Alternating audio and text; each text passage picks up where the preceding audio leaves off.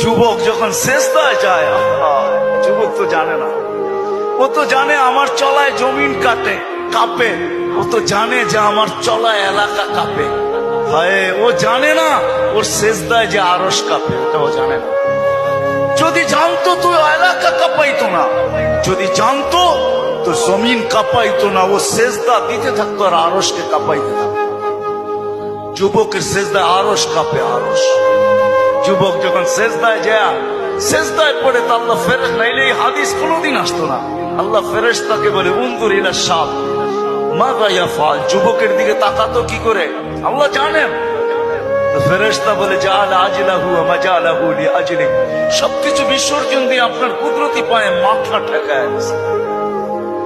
আল্লাহ বলে হাদা আবদি হাক্কা, এ আমার পারফেক্ট বান্দা, ইন্নী উবাহি বিহিল মালাইকা, তোমাদের উপরে আমি একে নিয়ে